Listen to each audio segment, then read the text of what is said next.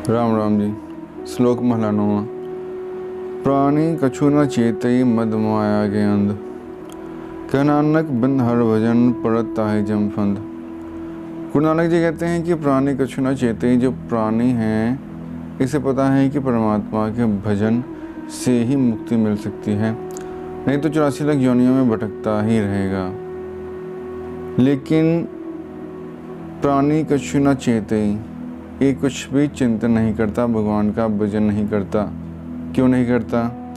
मद माया के अंध, क्योंकि ये अंधा हो चुका है। अंधा कैसे? मद माया के मद में, माया के नशे में अंधा हो चुका है। तो माया का क्या अर्थ है? जो दिखाई दे, प्रभावित भी करे लेकिन पकड़ में ना आए।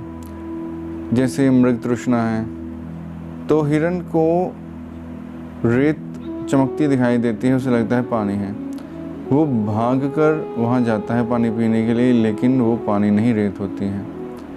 तो वो उसे दिखाई भी देती है, दिखाई देता है पानी, प्रभावित भी करती है, लेकिन पास आने पर उसकी प्यास नहीं बुझती।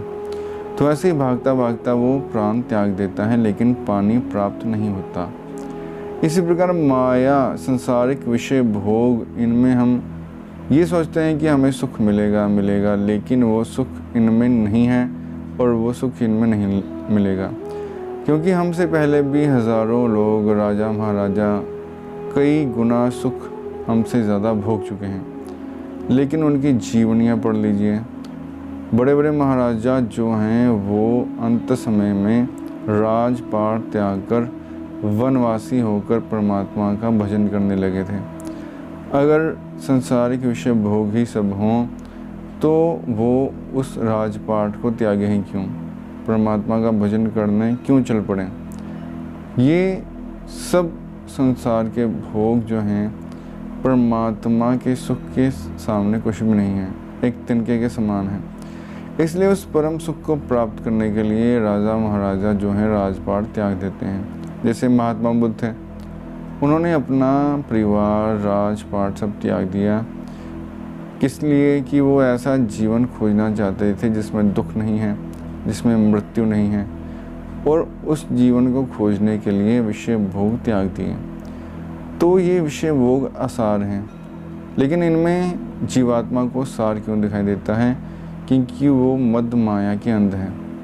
अंधे व्यक्ति को कुछ भी भला बुरा, सही गलत या आगे आने वाला संकट दिखाई नहीं देता, क्योंकि देखने के लिए आंखें नहीं होती।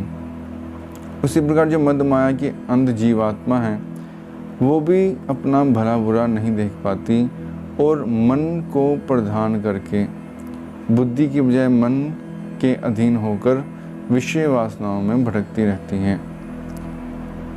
कह नानक बिन हर भजन पड़त ताहि जम फंद। तो फिर रिजल्ट क्या निकलता है?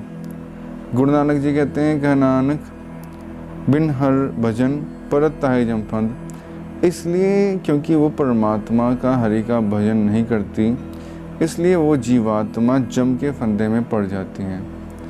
ये जो 84 लाख योनियों का चक्रव्यूह है, हम इसमें से अभी तक इसलिए नहीं निकल पाए क्योंकि हम संसार को ही चाहते हैं।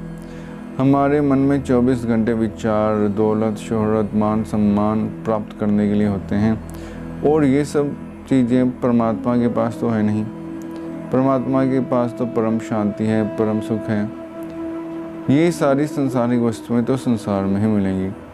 तो परमात्मा देखता है कि जो जीवात्मा है उसका मन संसार में लगा हुआ है, मेरे में नहीं है, तो उस जीवात्मा को संसार में ही भटकाता रहता है। अनंत जन्म से हम भी भटक ही रहे हैं, क्योंकि उस परम तत्व तक हम पहुंच ही नहीं पाए। हमारा मन संसारिक विषय विकारों में, इच्छाओं में ही उलझा हुआ है। इसलिए हमें कुछ अपने मानसिक स्तर को ऊपर उठाना होगा, और ऊपर उठाकर परमात्मा के भजन की तरफ इसको लेकर जाना होगा। निष्काम भाव से परमात्मा का भजन करेंगे तो ही परम शांति मिलेगी, नहीं तो 84 लाख योनियों में भटकते ही रहेंगे। धन्यवाद।